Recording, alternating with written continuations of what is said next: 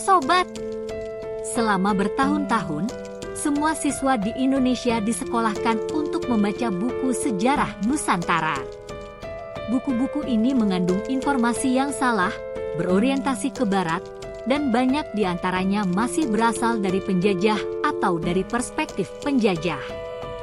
Belanda menjajah Indonesia selama 350 tahun, dan Jepang menjajah selama 3,5 tahun. Hingga saat ini adalah pendapat hampir semua orang Indonesia. Dalam hal penjajahan Belanda selama 350 tahun, tidak ada penjelasan rinci tentang kapan penjajahan dimulai dan berakhir.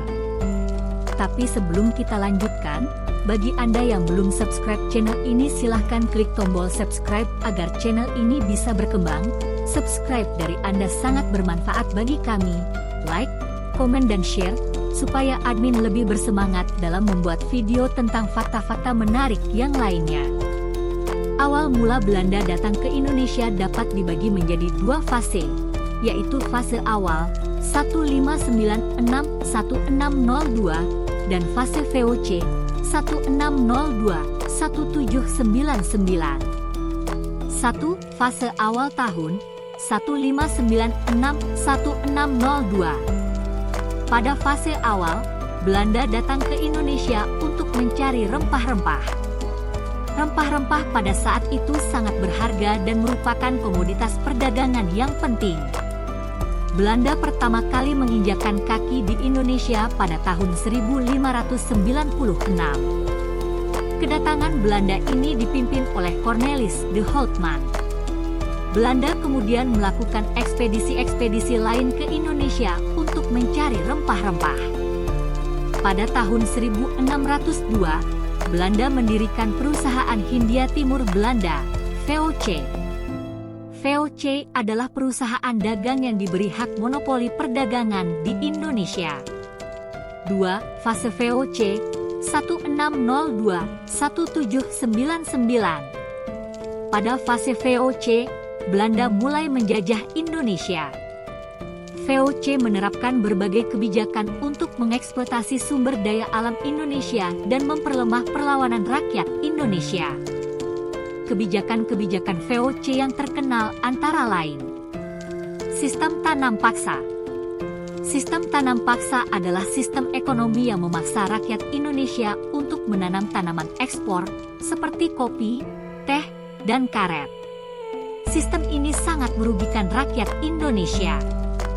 Kebijakan monopoli perdagangan. VOC memiliki hak monopoli perdagangan di Indonesia. Hal ini membuat rakyat Indonesia tidak bisa menjual hasil buminya dengan harga yang layak. Kebijakan diskriminasi. VOC melakukan diskriminasi terhadap rakyat Indonesia. Belanda menempatkan orang-orang Belanda sebagai bangsa yang lebih superior daripada rakyat Indonesia. Belanda mengambil alih VOC pada tahun 1799. Hal ini terjadi karena VOC mengalami kebangkrutan dan tidak mampu lagi menjalankan tugasnya sebagai perusahaan dagang. VOC didirikan pada tahun 1602 dengan tujuan untuk memonopoli perdagangan di Indonesia. VOC memiliki hak untuk memungut pajak, membangun benteng, dan membentuk pasukan militer. Pada awalnya, VOC sangat sukses. VOC berhasil menguasai perdagangan rempah-rempah di Indonesia dan menjadi salah satu perusahaan dagang terkaya di dunia. Namun, VOC mulai mengalami masalah pada abad ke-18. VOC terlibat dalam berbagai konflik dengan bangsa-bangsa Eropa lainnya, seperti Inggris dan Prancis. VOC juga mengalami korupsi dan penyalahgunaan kekuasaan. Akibatnya, VOC mengalami kebangkrutan pada tahun 1799. Pemerintah Belanda mengambil alih VOC dan mengubahnya menjadi pemerintahan kolonial di Indonesia. Pemerintah Belanda menerapkan berbagai kebijakan untuk mengeksploitasi sumber daya alam Indonesia dan memperlemah perlawanan rakyat Indonesia. Kebijakan-kebijakan ini semakin memperburuk kondisi rakyat Indonesia. Namun, jika dihitung dari tahun 1800, tahun Belanda mengambil alih kekuasaan dari VOC, penjajahan Belanda di Indonesia hanya berlangsung selama 142 tahun. Bangsa Indonesia mulai melakukan perlawanan terhadap Belanda sejak awal kedatangan Belanda di Indonesia, yaitu pada tahun 1596. Perlawanan ini dilakukan oleh berbagai kerajaan dan suku bangsa di Indonesia. Beberapa perlawanan bangsa Indonesia terhadap Belanda, antara lain Perlawanan Rakyat Aceh 1599-1903. Perlawanan Rakyat Aceh adalah perlawanan yang paling lama berlangsung di Indonesia. Perlawanan ini dipimpin oleh berbagai sultan dan pahlawan Aceh, seperti Sultan Iskandar Muda, Sultan Alauddin Riayat Shah, dan Teku Umar. Perlawanan Rakyat Maluku 1606-1629. Perlawanan Rakyat Maluku dipimpin oleh Patimura, Thomas Matulesi. Perlawanan ini terjadi karena Belanda menerapkan sistem tanam paksa di Maluku. Perlawanan Rakyat Mataram 1626-1629. Perlawanan Rakyat Mataram dipimpin oleh Sultan Agung. Perlawanan ini terjadi karena Belanda ingin menguasai perdagangan di Jawa.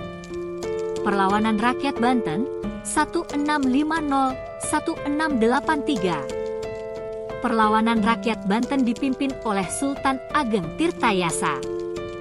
Perlawanan ini terjadi karena Belanda ingin menguasai perdagangan di Banten.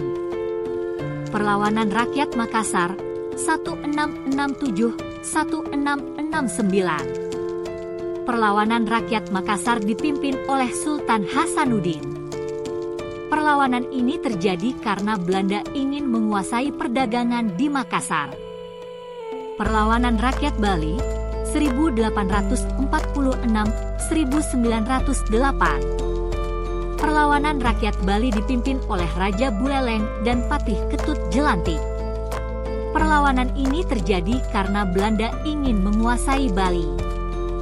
Perlawanan Rakyat Jawa 1835-1830. Perlawanan Rakyat Jawa dipimpin oleh Pangeran Diponegoro.